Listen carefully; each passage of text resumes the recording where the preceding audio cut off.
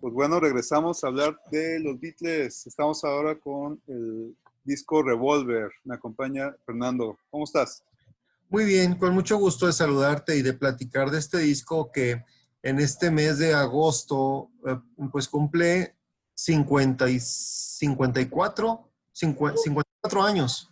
Sí, es del 66, ya, Sí, ya le dio la vuelta. Ya casi sí, ya empezó los segundos 50 años de este disco. sí, y se posiciona en los listados que hacen de los álbumes más relevantes, pues entre los primeros tres, o sea, está en el top 5. Siempre está en el top 5. Rolling Sí, Stones, cualquier revista, cualquier enumeración de cualquier publicación, siempre tienen a Revolver. Porque es un disco muy innovador y también con unas canciones muy fuertes, muy buenas melodías. sí, reúne de todo un poco.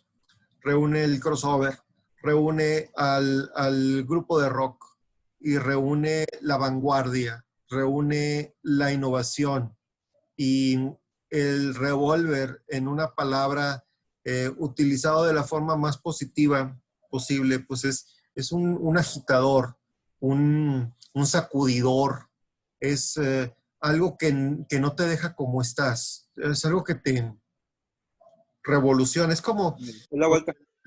el efecto ese que utilizaron mucho en este disco por primera vez, que era meter la voz o la guitarra a través de la bocina que iba en uno de esos teclados tipo Wurlitzer, esos teclados pianos, órganos de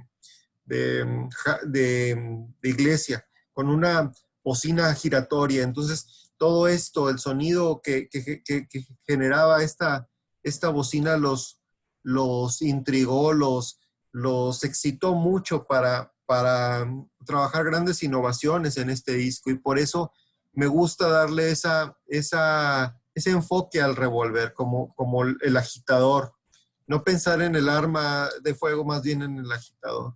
Sí, sí, es la vuelta, es la revolución, lo que implica el nombre del título de este disco. Bueno, Revolución, para 1900, un tiempo, ajá, sí, y para estamos, un tiempo revolucionario. así es, estamos en 1966, año decisivo para los Beatles, tanto musicalmente como bueno, en su carrera. Dejarán ya de hacer giras. Es la fatídica gira de Estados Unidos del 66, la de Filipinas también. Empieza muy positivo el año, se casa George Harrison con Patty Boyd, pero de ahí para abajo, hace John Lennon una entrevista en marzo, la cual se publica en verano en Estados Unidos y de ahí tiene muchas repercusiones que después, si alcanzamos, las comentamos. Claro que sí, y fíjate que este álbum, a la, a la fecha de su lanzamiento, es el más innovador y es el más ambicioso de todos. Así es. Pues Este empecemos. álbum, ¿se dedican cuánto tiempo para grabar? 2 meses y medio. Aquí lo tengo, es de 6 de abril a 21 de junio.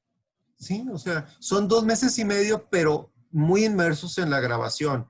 No es como otros discos que vas a filmar al set de la película y luego regresas. Vas a hacer un programa de radio y regresas. Vas a hacer una gira y regresas. En esta ocasión son 2 meses y medio muy, muy intensos dentro del estudio, donde se permiten eh, experimentar con todo el estudio, conocerlo y aprovecharlo al máximo. Y Eso es aparte vienen descansados, vienen descansados del invierno y la primavera. Entonces están más frescos, llegan al estudio frescos. Este es el verano previo al verano del amor. Es el verano del 66 y en este álbum, para estas grabaciones y el resultado que da, los Beatles se separan de todos con los que empezaron. O sea, en el año 63 empezaron con aquel Chris Montes y Trini López y la chica que estábamos platicando de la gira, Helen Shapiro, todos esos. Y luego entran sus compadres del pueblo, pues, lo que era Jerry and the Pacemakers, Billy J. Kramer and the Dakotas. Luego están otros que entran al juego como Dave Clark Five, todo eso. Aquí se separan los Beatles y se llevan detrás de ellos a los Moody Blues, por ejemplo, que agarraron muy bien la vena angélica. The Who agarra por ese lado. Pink Floyd. Sí, ciertos grupos se van por ahí. Y luego todo lo que fue esa parte del Mercy Sound se queda. Son incapaces de girar a esta evolución. Ahí Sí, se ven los Rolling Stones. Se hace un parteaguas. Los Rolling Stones lo intentaron, pero más o menos. Sí, lo intentan, pero van navegando dentro de esta etapa psicodélica con Brian Jones ahí como motor, ¿verdad? Entran The Who, entra, como te decía, Moody Blues, están los Yardbirds, pero ya vienen otros, viene otra serie de gente. Están los Beach Boys embroncados. Ah, sí, están bien peleados. Y acá salió Pet Sounds y Paul McCartney se enamora de este disco y ellos ya ahí se quedaron. Sí, pero es durante las grabaciones de Revolver, en mayo del 66, que sale Pet Sounds. Y es una influencia para algunos tracks de Paul McCartney. Sí, es una motivación, es una inspiración para temas de Revolver como Good Day Sunshine, como For No One. Sí. For No One y por ejemplo, con las voces. Pero fíjate, aunque el álbum tiene una conformación, muy distinta a la secuencia en que fueron grabados los temas. Porque el primer tema que se graba el 6 de abril del 66 es Tomorrow Never Knows. Es el track final del disco. Sí, y no tiene nada que ver con Robert Soul. No, para nada. Que iba hacia más a lo folk. Este va más al Revolver. O sea, este tema es muy de Revolver. Es muy de todo esto que estamos hablando. Y luego viene Got to Get You Into My Life, que es otra cosa. También este va más en la vena del soul inglés. Sí. Utiliza los metales, utiliza la vibra del soul americano al estilo inglés. Y luego otro golpanazo que es Love You Too, que es la del tercer track que se graba. Que este tema, pues es hindú. Sí, usa la cítara, creo que la cítara, la tabla, hay un panderito, hay una participación de Paul y Ringo, pero ya es una canción que prácticamente de George solo. Luego Dr. Robert, Andrew Bird Can Sing, Taxman, son canciones de grupo, son de guitarra, bajo, batería. I'm Only Sleeping se nos sale de vuelta, es como otra vez se nos va el Revolver. Es una canción que aunque es de grupo, quizás tiene más parecido, tiene más conexión con un Being for the Benefit of Mr. Kite que con los otros temas. Y con la innovación lo que comentabas, la innovación en el estudio. Sí, y luego es Eleanor Rigby en la misma secuela de Yesterday. Eleanor Rigby y luego otros temas que vendrían con Paul solo. Está por ejemplo. One. ¿Cuál? She's Living Home de sí. Peppers. En Peppers. O sea, es Yesterday, que es Paul con cuarteto de cuerdas. Eleanor Rigby, Paul con quinteto de cuerdas o una pequeña orquestita de cámara. Y luego viene la que decíamos de She's Living Home. Living Home y When I'm 64 también. Que son temas de Paul solo. Entonces, viene For No One, que otra vez es un grupo compacto, no en su máxima expresión, son Ringo y Paul básicamente. Yellow Submarine, que es la extravaganza del álbum. I Want to Tell You, que es regresar al grupo. Y luego tenemos God Day Sunshine, que es otra vez grupo, son los Beatles. Y Here, There and Everywhere, que pudo haber venido en cualquier disco anterior, pudo haber venido en Help, o en Rubber Soul, o Hard Day's Night. O sea, es una excelente canción al más puro estilo de Paul McCartney, pero es una melodía interpretada por grupo, una canción que pudiste haber tocado en vivo. Sí, fácilmente. Pueden tocar en vivo. Y finalmente, She Said, She Said. Ya, la última que yo... La última que grabaron, la grabaron un día antes de mezclar. Y que supuestamente se les había olvidado que les faltaba un track y de repente alguien tuvo que mencionar, oigan, nos falta un track. Sí, porque los discos son de 14. Y viene de la manga, saca de la manga Lennon para grabar en el último día She Said, She Said. Que también como este fue el orden. De banda. ¿Eh? Este fue el orden en el que se grabaron. Sí. Pero el orden en el que aparecen es muy distinto. ¿Y cómo empieza con el 1, 2, 3, 4, 1, 2, Taxman. Ese requisito. Harrison abriendo el álbum. Genial. Y curioso, ¿no? Ahora es Harrison el que sí, mete la energía al álbum. Y son 3 canciones de Harrison. 3 canciones. I Love You, Taxman, I Want to Tell You, I Want to y Tell Love You Too. Love You. Y son distintas. Bueno, Taxman y I Want to Tell You son canciones rockeras, son canciones sí, son canciones de rock pop. Y Love You Too es un crossover hermosísimo. Pero que a los 23 años George Harrison pues nos da un paso adelante dentro de la música pop con este tipo de crossover. Ya lo había hecho algo en Rubber Soul con Norwegian Wood. Sí. Pero se sale completamente del cuarto oscuro donde estaba guardado y dice, ahora yo soy esto, ahora yo soy, esta es mi música. Y rompe, ya no es posible que los grupitos fuera de Inglaterra estén haciendo covers de eso. Hacían El Diablo en su Corazón, ahora ¿cómo haces? Yo también te quiero, ¿verdad? No, ya estaba. La revolución que provoca este álbum lo separa de todos estos seguidores que hacían refritos de los temas. ¿Cómo refriteas eso?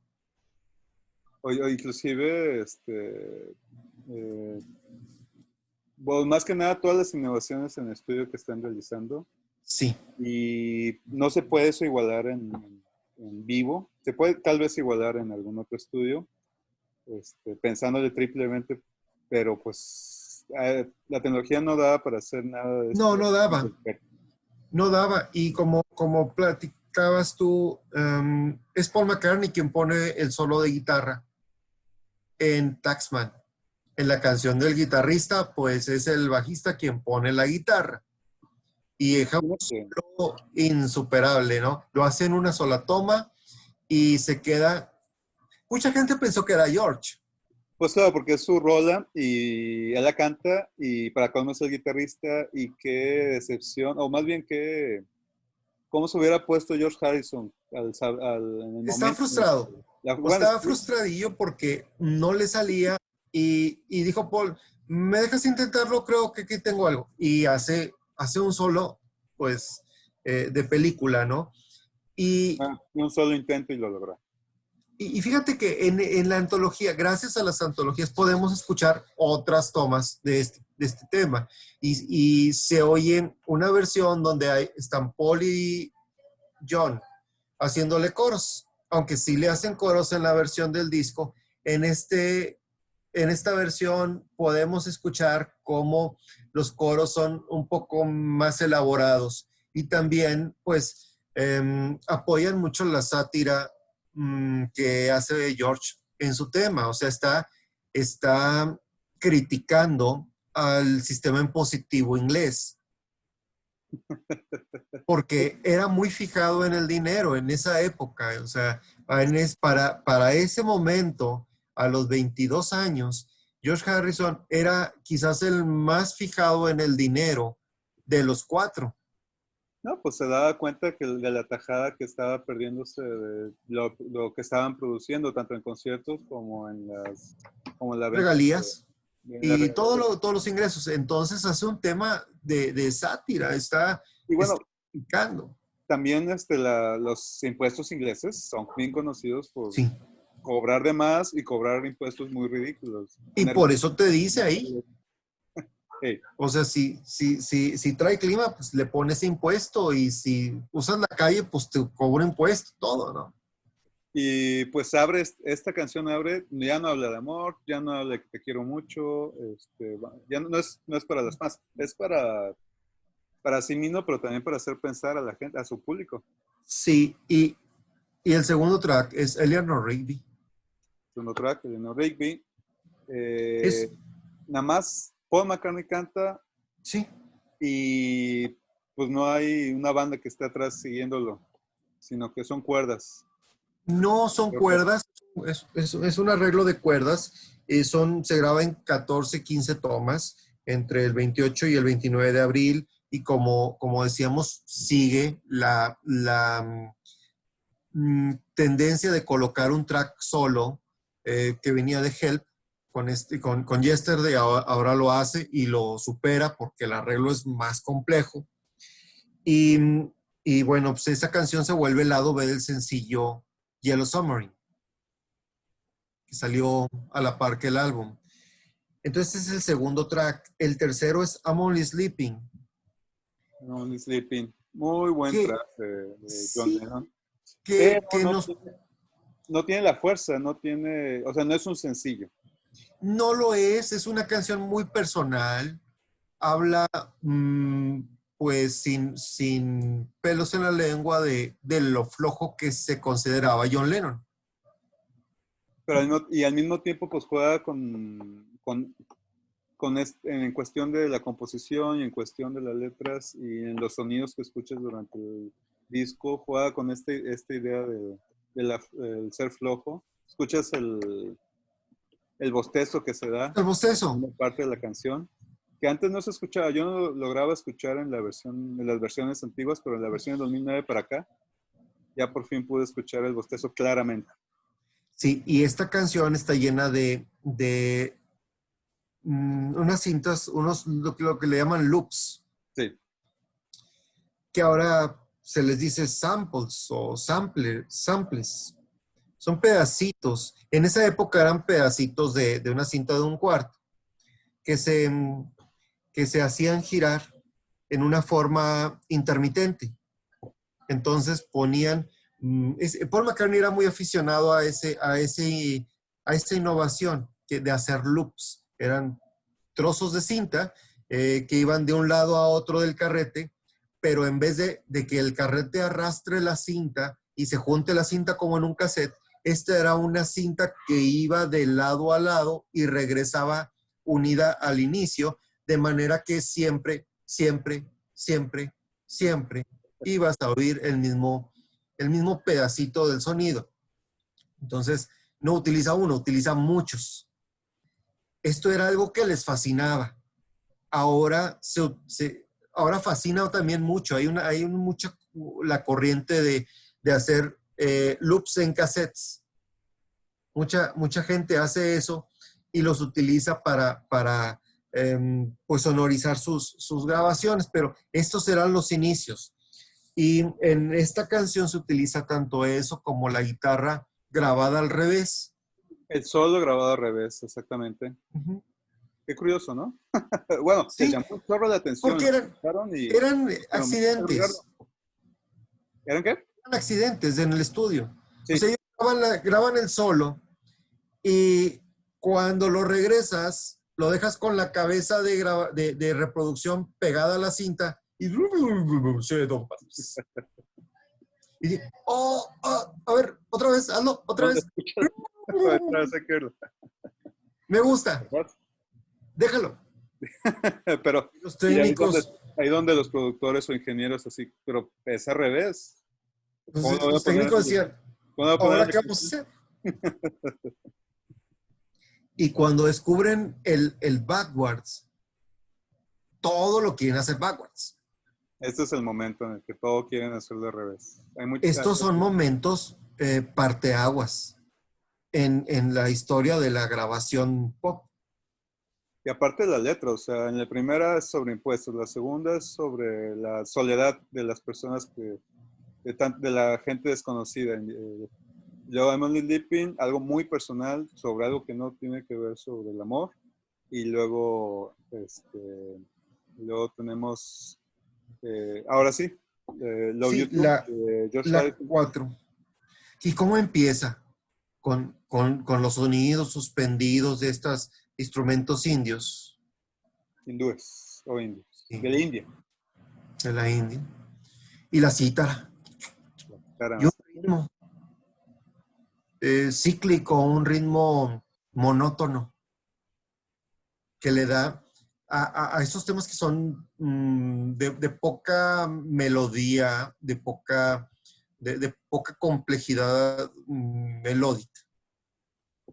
Mucho realce, pues toda la exuberancia de la cítara que está alrededor y los coros que hacen, porque la música hindú, a pesar de ser muy exuberante, no utiliza muchos cambios de tonalidad, al menos en este tipo de temas. Sí, Son temas básicamente monotónicos. sí, no hay muchos tonos, No, pero lo dan, enriquecen. es lo que te iba a decir, se enriquece mucho alrededor, se le da mucha textura con todos estos loops, con todos estos sonidos. Y aparte, nadie había grabado este tipo de instrumentos en un estudio. No, ya habíamos oído el La guitarra, sonido en el soundtrack de Help y en Robert Soul, pero sí, no se han atrevido a hacer un tema como este si no hubiera sido por los meses precedentes donde George empieza a estudiar el instrumento que compró a raíz de la película Help, que ya lo había experimentado en Robert Soul, pero lo experimentaba prácticamente como una guitarra.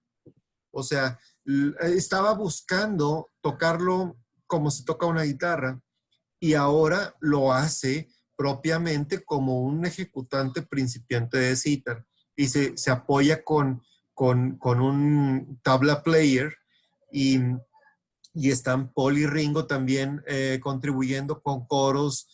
John también parece que contribuye con coros y con unos panderos y hay algo ahí. Pero es básicamente George. sí, sí, sí, sí. Sí, los demás a veces la mayoría de veces se aburrieron cuando entraba George con su citara o con una canción con citara. Y le limitaban el tiempo. O sea, también estaban, muévele, muévele, muévele. No, pues sabían que las canciones buenas que iban a pegar eran las de Lennon y McCartney. George Harrison eran canciones que se tenía que trabajar demasiado o demás. Pero, pero se vuelven canciones que hacen del álbum un parteaguas. Si no fuera por este tema, no tendríamos aún el crossover. ¿Quién Así es. lo hubiera hecho antes? Entonces, de aquí pasamos a un tema muy Beatle, que viene siendo Here, There and Everywhere. La canción que te digo pudo haber entrado en Help, pudo haber entrado en Robert Soul, en lo que quieras, porque es un tema del combo, desde el grupo de guitarra, bajo y batería. Muy bella la canción, muy bella la melodía. La Cuando era música. niño se me hacía muy melosa, pero ya creciendo le agarré mucho, mucho cariño. Porque tiene una secuencia de acordes en forma de un círculo que va del tono mayor creo que es como la quinta menor, y ahí se va. Pero lo que levanta mucho el tema son las armonías. O sea, estas armonías que nos recuerdan los primeros años de los Beatles. Estas son las armonías que son el sello de la casa, es la marca registrada, los Beatles. Y aparte con la intención de tratar de equiparar lo que estaba haciendo Brian Wilson con Pet Sounds, en armonía. Sí, sí, los Beach Boys son especialistas en el juego de voces. Aquí teníamos al trío de John, Paul y George, sobre todo en las vocales. Y esta es una canción que te arraiga con el cuarteto. Porque el álbum no está hecho para arraigarte, está hecho para revolverte. Sí, o sea, es en este disco donde mucha gente se baja del barco. Hey, Porque dicen, ¿qué es eso? pero esta es la canción que te hace recordar que no, Sí, ellos también tienen la capacidad todavía de ajá, yes. es correcto. En mi opinión, esta es la canción que los ancla, es como tirar el ancla, ¿sí? Para sostener todo este barco. Este tipo de canciones. Y luego, ya que te pasaste del Here and Everywhere, fíjate, este se graba en 4 tomas. 4 tomas. Solamente 4 tomas. Ninguna canción de este disco excede básicamente las 10 tomas. Pero Taxman es una de ellas que se va a 11, Eleanor Rigby se va como a 15 y For No One se trabajó un poquito después de la 10. Pero todas las canciones, a pesar del tiempo de grabación que tuvieron, las canciones se resolvían en pocas tomas.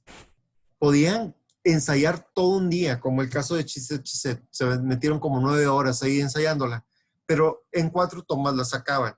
Entonces, esta canción de Here, There and Everywhere es ese tema que nos recuerda al Cuarteto de Liverpool de toda la vida. Luego viene otra canción De Paul. antes, Yellow Submarine. Una Porque canción. ¿Sí?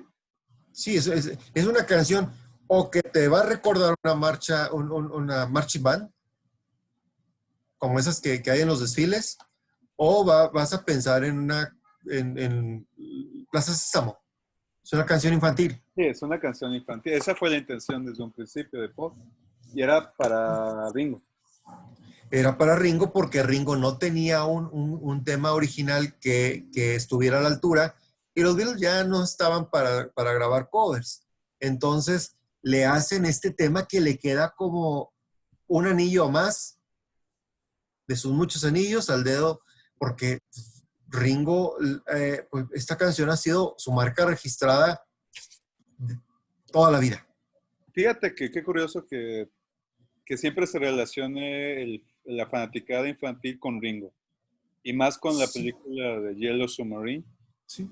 Y, y siempre pues, la ha tocado en sus conciertos. Y siempre es de las más queridas que toque Sí. los fans. Y es una de las canciones también más exuberantes, más extravagantes de esta época. Es una canción que dentro de su sencillez, porque yo creo que fue la primera canción que yo practiqué en una guitarra, pues son 3, 4 acordes, es todo lo que fueron capaces de hacer con ella. O sea, sobre todo si escuchas el mix del Yellow Submarine Soundtrack del 99, te das cuenta de la maravilla que hay detrás de esta canción. O sea, son 4 acordes o 5, no tiene chiste.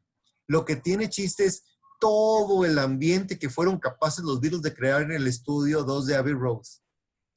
Sí, se les ocurrió una idea y luego otra, y luego querían cantar abajo del agua y no podían, y Sí, hicieron y burbuja, los sonidos. utilizaron un cuartito que tenían en ese estudio lleno de cachivaches. Entonces, había cadenas, había silbatos, había muchas cosas. Ah, bueno, y también aprovecharon algunos de los audios que tenía guardado Emi ahí en los estudios para usarlos como loops. Hacen loops, utilizan las cadenas, utiliza John Lennon con un popote, hace burbujas. Ese juego que hacen los niños de soplar a través de un popote en el agua para hacer burbujitas. Y esto lo escuchas en estéreo del soundtrack que va de un lado a otro y un bombo que se oye pam, pam, pam, que es Mal Evans, junto con los amigos dando la vuelta en el estudio, cantando We All Live in a Yellow Submarine con ese bombo, pum, pum, pum. Ah, bueno, y amigos, estamos hablando de algunos de los Rolling Stones y sus novias que estaban ahí presentes también en la grabación. La esposa de George Harrison estaba Brian Jones de los Rolling Stones, Marianne Faithfull, que era una novia de Mick Jagger. Había mucha gente. Entonces se divirtieron. Ese día no estaba George Martin en el estudio y pues, ¿cómo dicen? Perdón, tal vez por eso se les dio la oportunidad de jugar de más con esta canción, lo cual quedó perfecto. Y hay otro detalle, es que Ringo grabó unos versos recitados que en los 90 sonaban como algo rapeado, pero era una recitación en la entrada del tema. Sí, pero fue deshecha, les pareció, al final Sí, la descartaron. Aburrida. Sí, no le encontraron sentido en ese momento y lo incluyeron en la edición que viene en la antología. Creo que viene en un single de la antología, no viene en el álbum, viene el single de Real Love. Así es. Pero para conseguir este single. Ese single yo lo compré cuando salió. Era para conmemorar el 14 de febrero, pero aquí vino llegando un poco después y traía ese tema. Fue una revelación, porque ya lo habíamos leído en este libro. Ya decía los versos que dice Ringo, pero no los habíamos oído.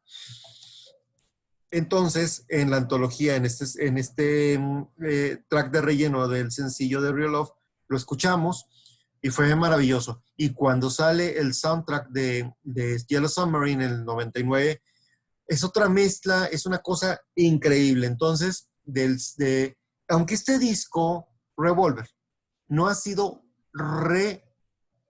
remezclado, sí ha sido remasterizado.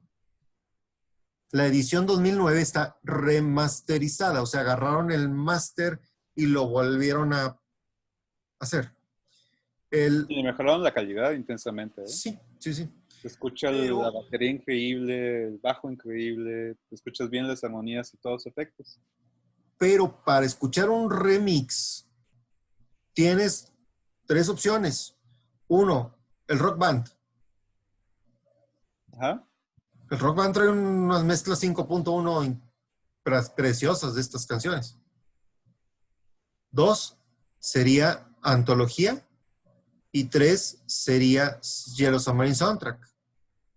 Sobre todo el soundtrack. Trae 3 o 4 canciones. Eleanor Rigby, Love You Too, Yellow Submarine. Eso es lo que nos podría dar una idea cómo sonaría un Revolver remezclado. Remezclado, ándale. O sea, ya hay Sgt. Pepper's, Álbum Blanco, Abbey Road y se está trabajando en Let It Be, pero no hay Revolver. No, y tal vez, ¿a qué crees que se deba? ¿Por los masters? Buena pregunta. Mira, después de Sgt. Pepper en adelante, las grabaciones tienen muchas capas y era muy necesario hurgar dentro de todas esas capas para revelar el audio. En estos álbums previos, o sea, de Revolver para atrás, hay menos capas. Entonces, separar los audios puede ser contraproducente. O sea, ciertamente la tendencia es a tener la vocal y ciertas partes rítmicas más al centro y quitarnos de las vocales en los lados o sonidos demasiado paneados. Entonces, yo creo que si van a continuar el proceso, lo van a hacer de Revolver hacia atrás. Pues ya veremos, ojalá. Sí. Entonces, con el track todavía falta uno, con el que se cierra el lado She Said, She Said. She Said, She Said de John Lennon. John Lennon no está hasta este punto demasiado productivo. Fíjate que es una temporada en la que John Lennon estaba gordo, estaba en alguna depresión, venía de haber compuesto Help el año pasado. Sí estaba un poco alejado y también ya estaba en el uso constante de drogas. Sí, Este disco es el disco donde las drogas se vuelven un poco más pesadas. Sí, ya le entra el ácido. La ingesta de lo que no sea marihuana se empieza a revelar a partir de aquí y afectar. O sea, es un hecho, o sea, te afecta la cabeza, te afecta eh, la forma de ver las cosas. Eso es lo que hacen las sustancias. Y en este caso, agarras a cuatro personas muy creativas, muy jóvenes, y bueno, el resultado positivo es este disco. Tienes una explosión creativa muy importante, pero también hay que ver las fases en las que está pasando cada quien. O sea, John está en su casa como padre de familia, esposo, quizás no encuentra eso demasiado Atractivo. atractivo, demasiado excitante, demasiado motivador. Paul está yendo a fiestas, Ujú. va con músicos, artistas de todo tipo, contemporáneos. Está en el momento hablando con todo el mundo, con mucha inspiración. George Harrison está con la música de la India. Y Ringo se la está pasando bien. Sí, y bueno, John propone en esta ocasión un tema que tiene que ver con la experimentación del LSD que sufre John Fonda, Es este. que era no sé si era el hermano de Jane Fonda o el papá Bueno, ¿y luego? Sí, Entonces, es una fiesta en Hollywood donde hay varios artistas, entre ellos uno de los Fonda y con las drogas encima y hace el comentario de que y este Fonda, ¿qué le dice? I know what it's like to be dead. Sé lo que es la muerte, sé lo que es estar muerto. O sea, estaba en el viaje y le dice a John, o revela por ahí, yo sé lo que es estar muerto. Entonces John agarra esa idea y dice, I know what it's like to be dead. Entonces empieza a hablar de este tema, ¿no? Y creo que hace un muy buen track de rock. O sea, en este disco tenemos eh, eh, una evolución dentro del rock. Ya no son solamente los 16, las 16 compases, sino que Ringo hace una batería verdaderamente revolucionaria. Está proponiendo un cambio en la forma de tocar la batería y Paul también está haciendo el complemento rítmico de la batería, en este caso, con el bajo Rickenbacker. Ah, sí, ya suelta Se el- suelta. suelta el bajo que estuvo usando durante las grabaciones anteriores y agarra Rickenbacker y ya lo considera como el de uso de estudio. Sí, Bueno, aquí utilizan este tema para revolucionar la parte rítmica y bueno, también tiene una guitarra muy interesante. Aparte, otra cosa importante para John o aportación de John en estas sesiones es que insiste en que su voz debe sonar a algo de fuera de este mundo y lo hace con Tomorrow Never Knows, ok. con unos efectos que consistían en grabarle la voz a una velocidad distinta. Le llaman kilociclos. Ah, Entonces grababan la voz de John a una velocidad y al momento de aplicarla dentro de la grabación de la pista que había sido grabada a otra velocidad, hace que la voz de John tenga como una especie de pitch. Entonces suena un poco más aguda y le aplican algunas reverberancias, un efecto hecho con la misma cinta que simula una reverberación. Entonces, la voz de John suena en la cima del Himalaya o suena en el fondo del retrete, ¿no? es lo que se sabe que comentaba John Lennon a los ingenieros. Quiero que mi voz suene como si fuera el Dalai Lama cantando en lo más alto del Himalaya. Y lo hace también en She Said, She Said. O sea, todas las canciones donde se oye la voz de John tienen un efecto en la voz. Entonces, esa es una aportación muy de John. Y Es famosa el comentario de que a él no le gustaba cómo sonaba su voz sin efecto. Pues siempre sí, pedía que hubiera un efecto atrás. sí. Y así es como cierra el lado 1. El lado 2, pues, es Perdón. Antes, Sunshine.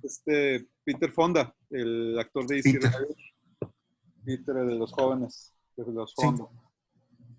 Ese no es uno de una película donde en una moto. Easy Rider, Easy, donde sale Easy Rider, ¿no? Easy Rider. Easy Rider. Dos hippies que se van con el Dennis Hopper y Jan Nicholson, en un momento se les une. Dos hippies Sí, que se van de tour. son de esos actores emergentes, muy jóvenes que salen en esa época y luego se vuelven astros, ¿no? Entonces el lado B abre con Good Day Sunshine. Un buen track, buen abridor. Es una canción muy pop. Muy pop. Canción que nos recuerda al pop americano, a algo así como John Sebastian, esas canciones que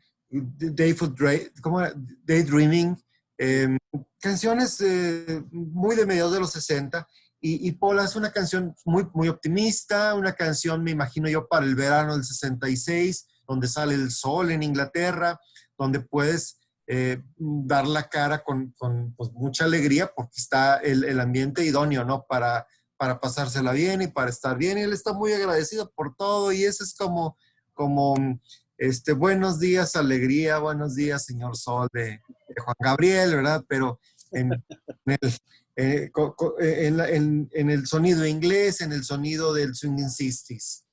Es esa alegría que había, sí, había una alegría en la juventud de esa época, en esa generación, y pues, ahí se refleja. Así, y aparte es una canción que pues no es una banda que lo acompaña, es más, el piano es el que suena más en esta canción. Es George Martin, bueno, no, es Paul, tocan Paul ahí, como una especie de, sí, si no George Martin creo que también se mete, y se graba entre el 8 y el 9 de junio en solamente 3 tomas. De volada. Sí, es como un piano honky tonk, es lo que le dicen honky tonk, ese pianito que tiene ahí. Es una canción muy, muy, muy pop de McCartney que le da un buen tratamiento en el 84 para su película de Give My Regards to Broad Street. Ah, ok. Ahí la volvió a grabar. Luego nos vamos con un tema, esa sí es una gran aportación de John. And Your Bird Can Sing. And Your Bird Can Sing. Es una, fíjate que hay varios, de a quién se le dedicó, hay varios personajes que pudo haber sido. Yo me quedo con la, bueno, es que esta letra habla sobre que tú tienes algo bien, tienes alguien que es sobre el, ay, perdón, es está hablando de un pájaro, and your bird can sing, y puede cantar, tienes todo lo que quiere, pero tú no me tienes a mí y no me entiendes a mí. Está recriminando. Es como cuando, imagínate una persona que tiene todo lo que tiene John Lennon. Y luego llega alguien más y dice que yo tengo esto, esto y esto. Sí, dice, sí, tú puedes decir que tienes un carro que vuela y que tu abuelita anda en moto, o sea, puedes decir eso y que tu pájaro puede cantar y puede cantar en fa menor. Puedes venir a decir todo eso, pero no me impresionas. Así es. But you don't get me. Sí. You can't hear me. Pero tú no me entiendes. Y tú no me escuchas. Y cuando escuchamos las revelaciones de la antología, las pocas grandes revelaciones que a mi gusto trae la antología es esta canción, donde Yo creo que era. Suena muy bien la y banda. John grabando la vocal y cómo se ríen. Ah, pues está la versión de la antología. Ah, permítame un segundo. ¿Pausa? Listo, regresamos. Perdón por la pausa. And Your Bird Can Sing se graba en 13 tomas, pero más allá de las 13 tomas, esta canción se llevó como 12 horas para grabar. De las 2:30 de la tarde, creo que se fueron hasta las 2:30 de la mañana. Y es que es muy compleja. Esta canción es un rock barroco, muy barroco. simplemente el solo de la guitarra, todo lo que requiere, pues son dos guitarras que están tocando al mismo tiempo, ¿eh? Para hacer una especie de octavación. Si como no lo ibas a poder estar haciendo, tocando las octavas, iba a ser muy difícil hacerlo con una sola mano. Lo que hicieron fue con dos guitarras. Entonces, la guitarra es muy rebuscada. Ya. Solamente el solo de guitarra es algo muy, muy elaborado. Y ahí es donde le veo el lado barroco. O sea, eso lo pudo haber hecho Bach. O ya después Jimmy Page. O Jimi Hendrix. Le han llamado a Jimi Hendrix o a Jimmy Page para hacer la sesión. Sí, es muy compleja. Y esa es una de los solos de guitarra más influyentes de los Beatles. O sea, los grandes guitarristas del rock eh, hacen referencia a ese solo. Y también hay que considerar que melódicamente la canción es muy rica.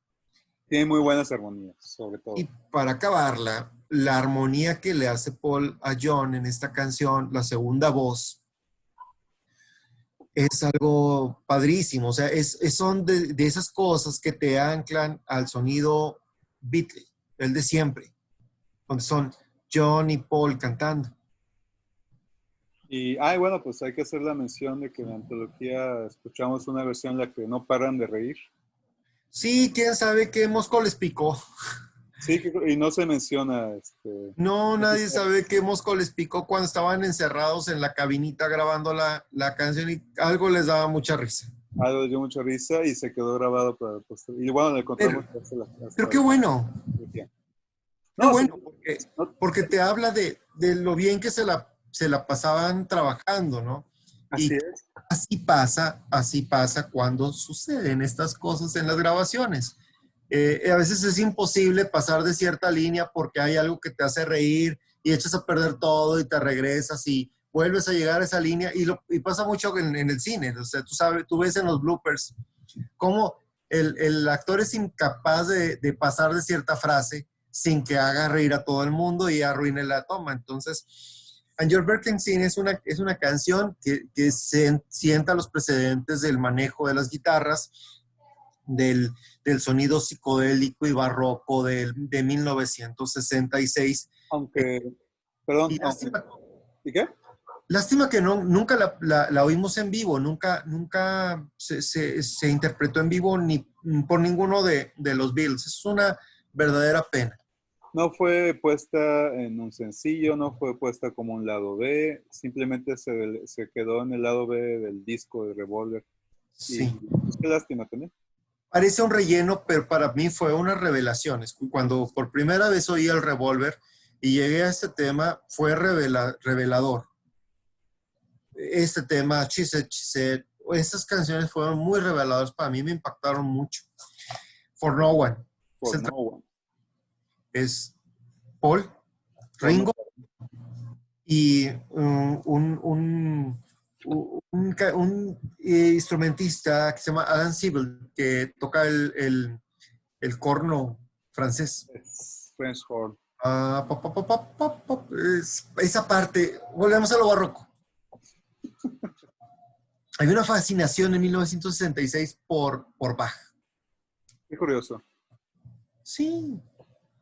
Pero supongo que era por esta intención de crearle textura y agregar más instrumentos a las canciones pop por los Beatles. Sí, claro. es que los 60 son neoclásicos en eso. Y aparte, bueno, sí se cuenta que las notas que tocó este artista con este corno francés eran altísimas y no son comunes.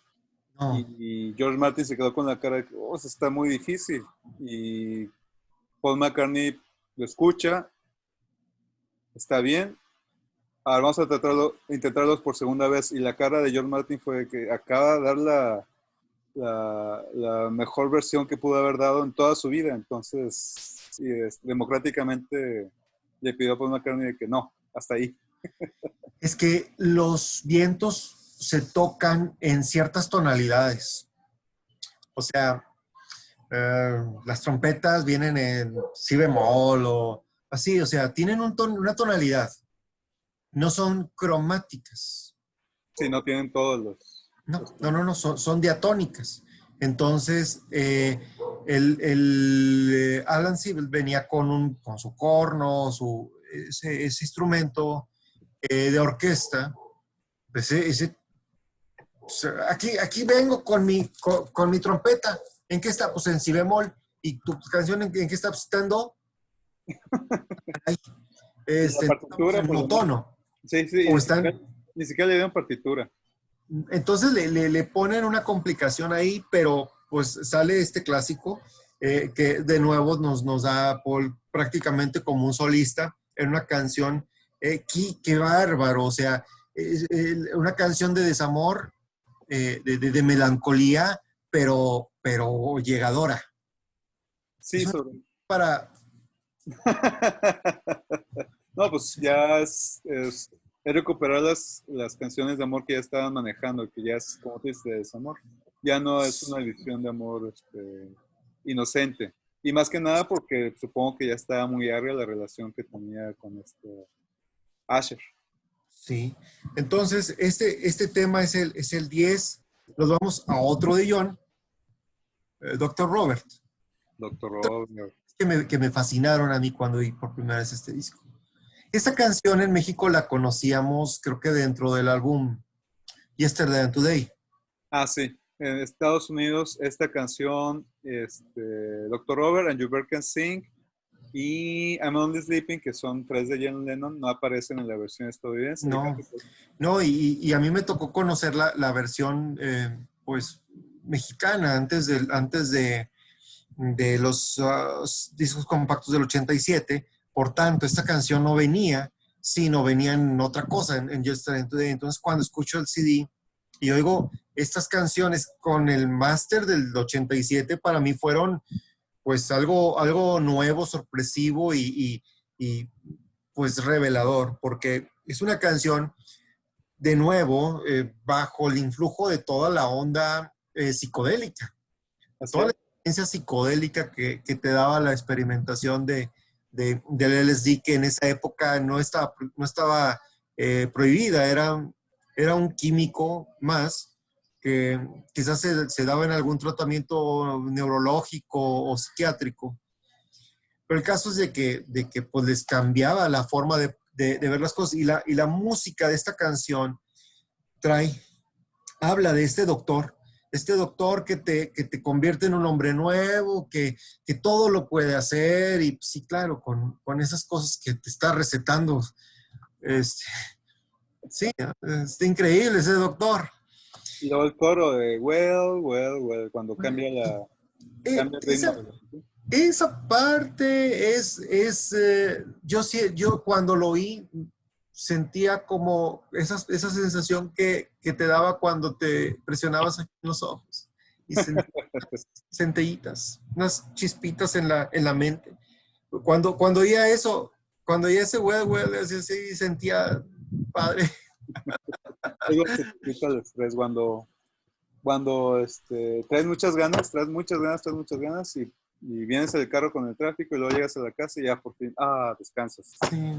Cuando te quitas los zapatos o los calcetines que te apretaban todo el día, así, well. Ya por fin. Sí, son 7 tomas de esta canción, lo necesario para grabarla.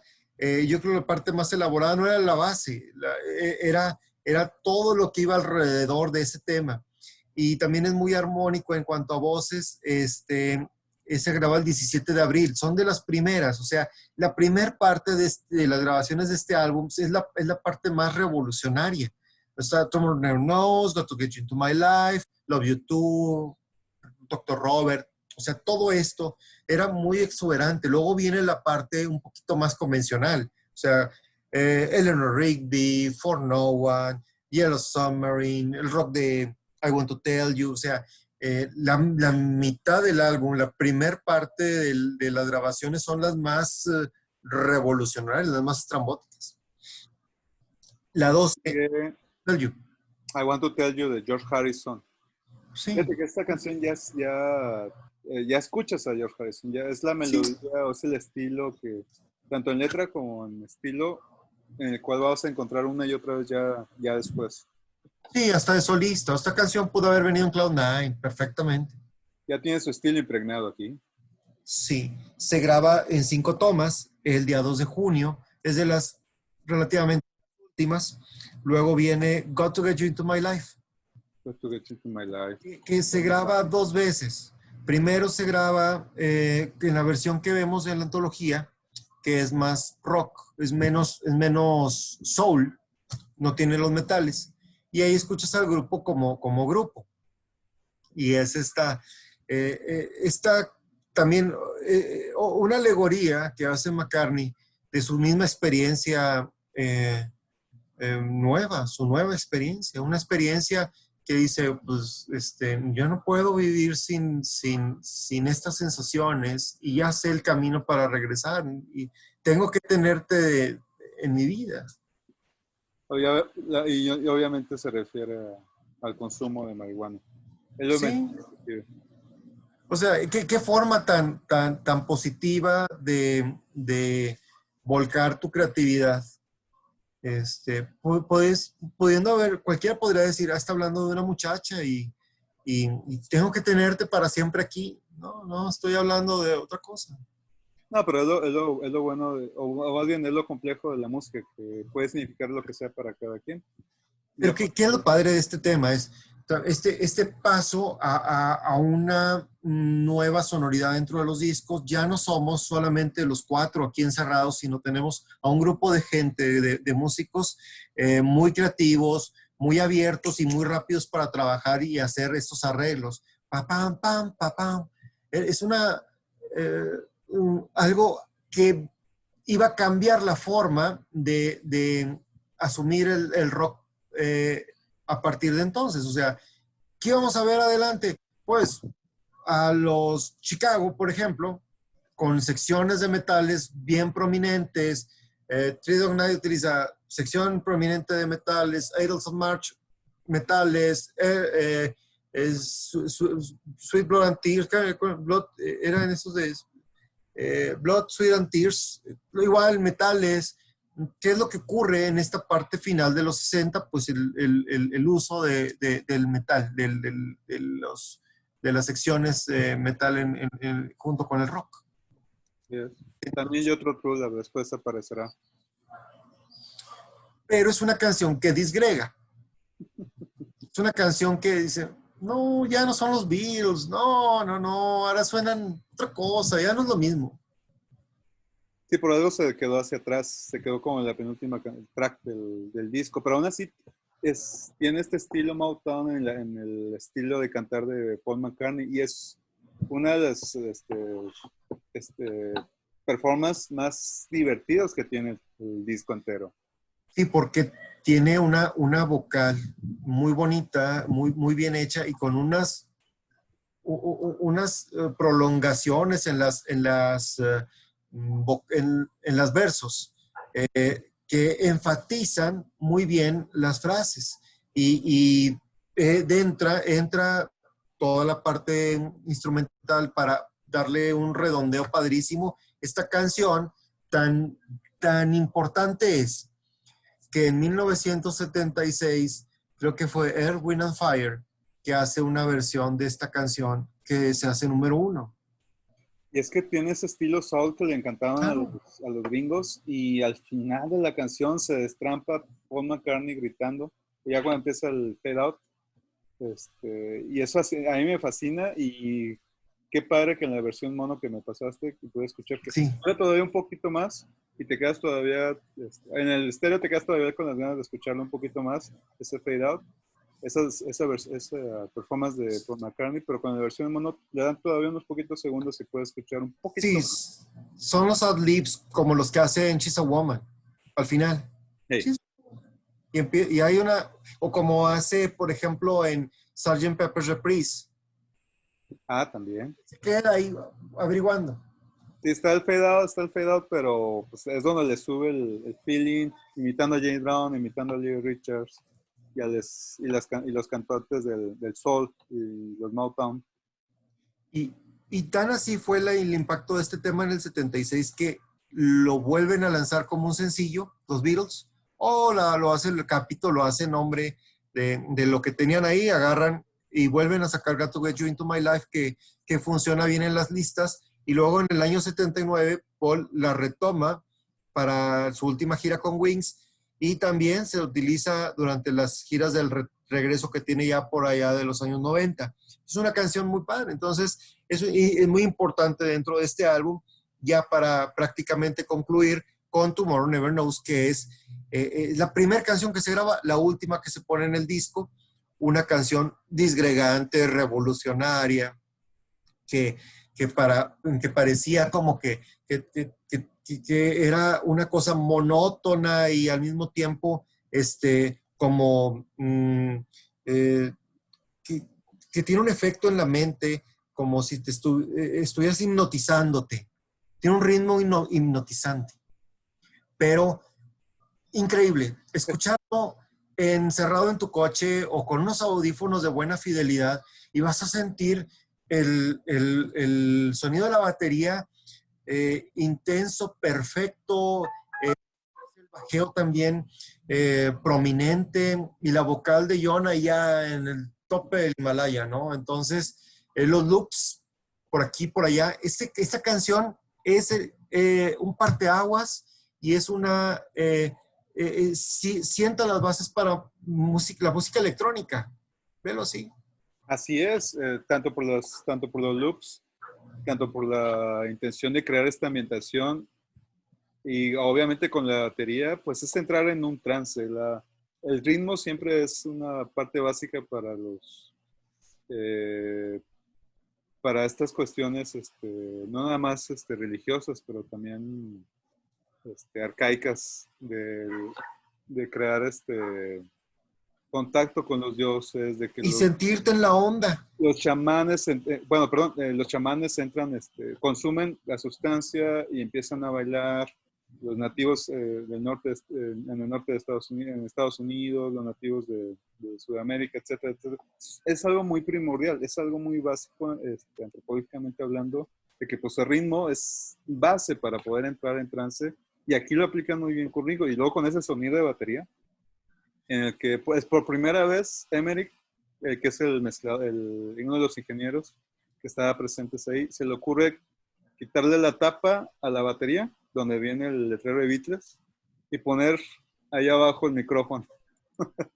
Y es la primera vez que se le ocurre, la primera vez que sucede por lo menos en los estudios EMI, y que pues ya en este sentido pues ya revoluciona cómo se graba la batería, porque crea un sonido muy superior.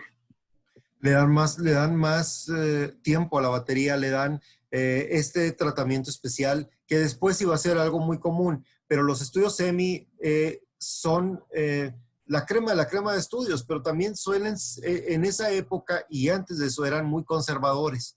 Entonces, la forma de grabar se sujetaba a ciertas reglas que estos jóvenes, o sea, Emmerich, incluso George Martin, muy joven, hicieron modificaciones y cambios que luego vamos a ver en plenitud con Pink Floyd, por ejemplo. Así es, y bueno, y también Sargento Pimienta.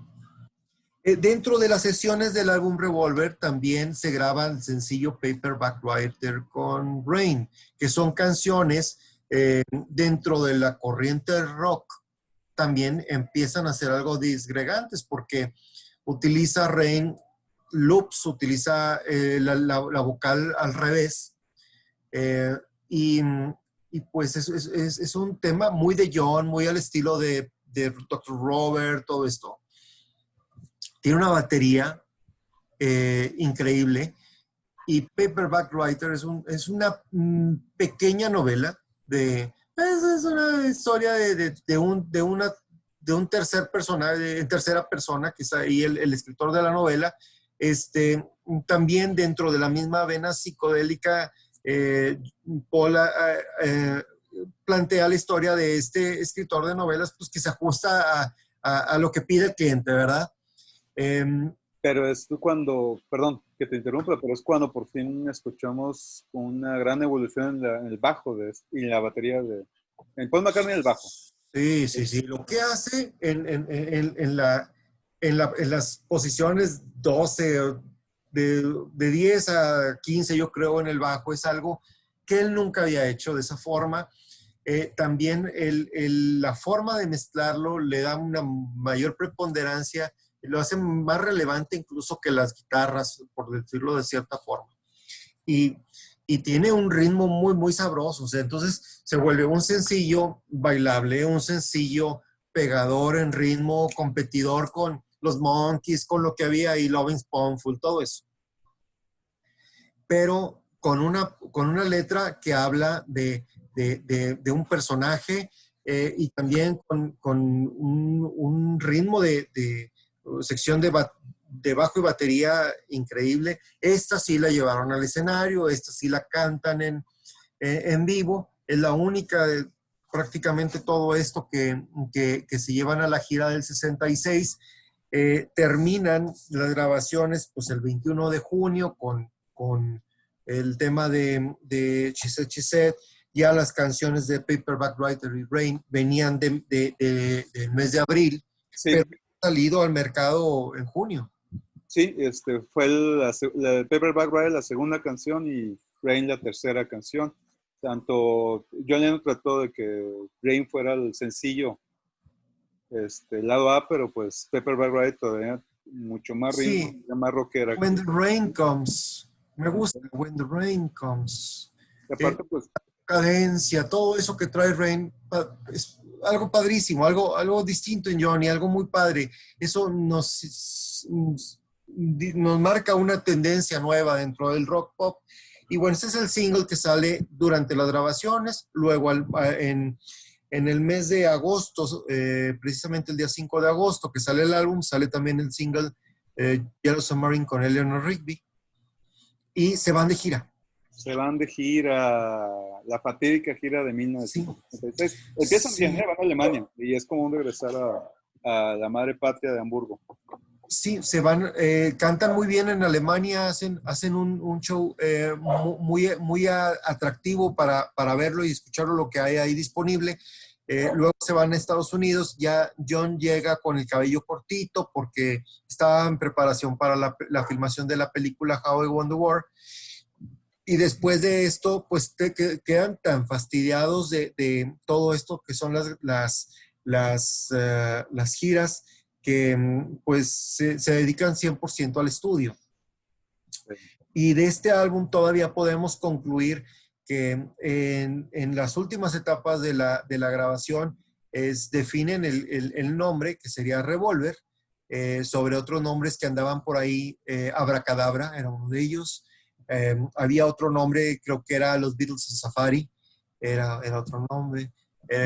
Hubo varios nombrecitos que le dieron a esto, pero creo que estaba Magic Circles también.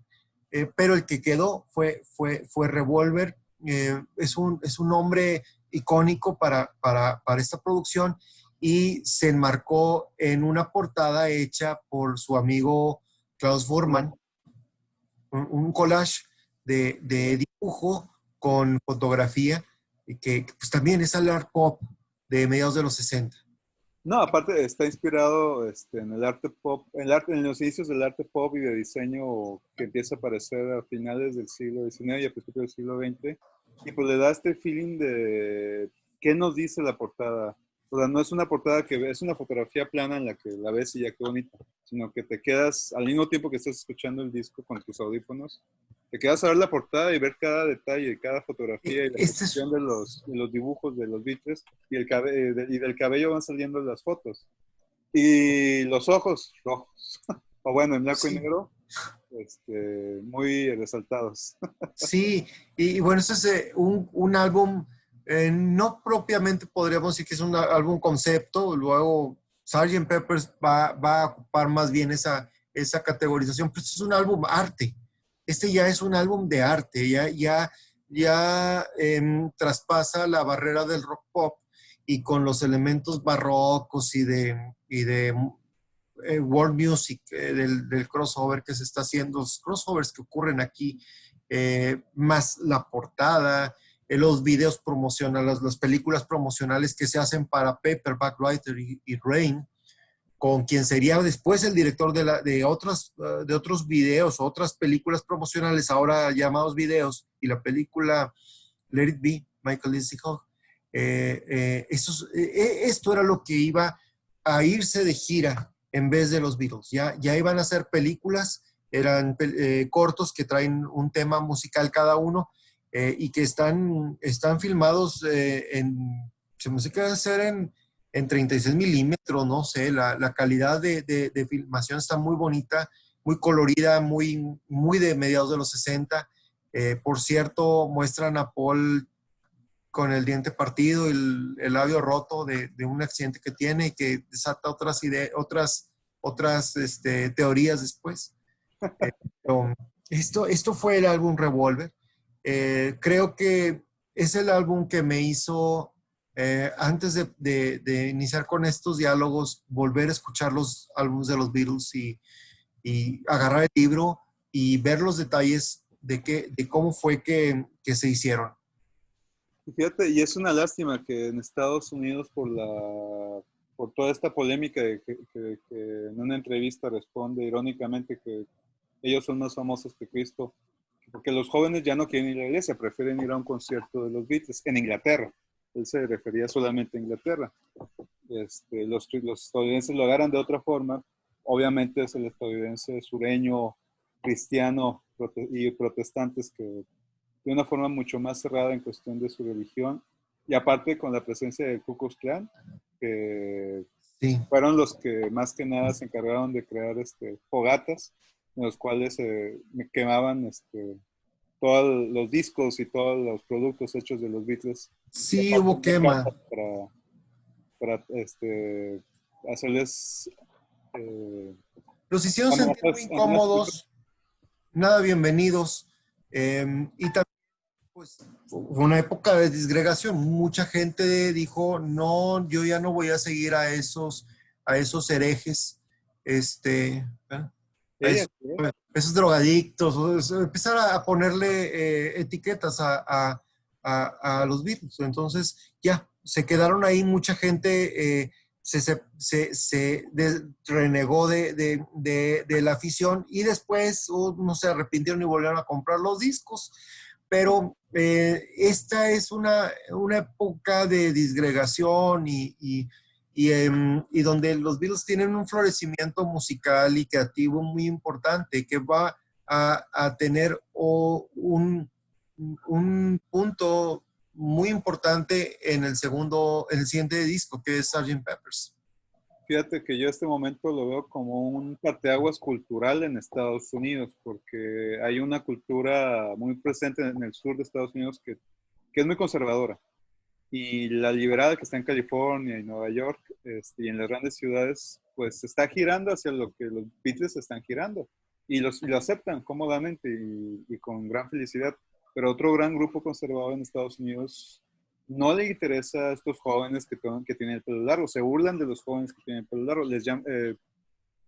Responden mejor a la música country, responden mejor a la música pop juvenil, que no tiene intenciones más allá de canciones de amor.